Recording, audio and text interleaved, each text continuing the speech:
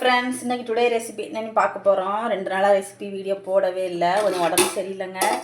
இன்றைக்கி வந்து சூடாக வந்து ஒயிட் ரைஸ் பண்ணியிருக்கோம், ரெகுலர் தான்.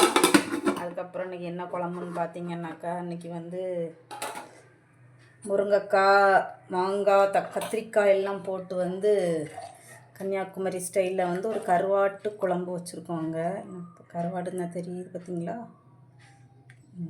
அழகாக தாளித்து ஊற்றியாச்சு, கருவாட்டு குழம்பு வச்சுருக்கோம்.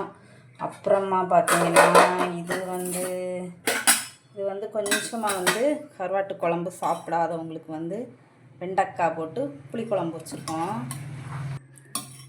புளிக்குழம்பு வச்சுருக்கோங்க. வெண்டைக்காய் புளிக்குழம்பு கொஞ்சம் கம்மியாக தான் வச்சுருக்கேன், நல்லா திக்காக வறுத்தரைச்சி கம்மியாக வச்சுருக்கிறேன்.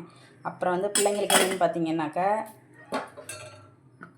இது வந்து உருளைக்கிழங்கு ஃப்ரை பண்ணி வச்சுருக்கேன். நல்லா மசாலா எல்லாம் போட்டு சூப்பராக ஃப்ரை பண்ணி வச்சுருக்கிறேன். இது எதுக்குன்னு பார்த்தீங்கன்னாக்கா, இது சொல்லியிருக்கேன், இது வந்து பொட்டேட்டோ பண்ணியிருக்காங்க. இது வந்து இங்கே பாருங்கள், தயிர் சாப்பாடுக்கு தாங்க. நல்லா குழுன்ட்டு நிறைய தயிர், வெண்ணெய், மில்க்கு எல்லாம் ஊற்றி சூப்பராக சின்ன வெங்காயம்லாம் போட்டு தாளித்து அழகான ஒரு தயிர் சாப்பாடு வச்சுருக்கோம். இந்த தயிர் சாப்பாடுக்கு தான் நல்லா முருவலாக வந்து இன்றைக்கி பொட்டேட்டோ ஃப்ரை பண்ணியிருக்கோங்க. இவ்வளோ தான் இன்றைக்கி உள்ள ரெசிபி. உங்கள்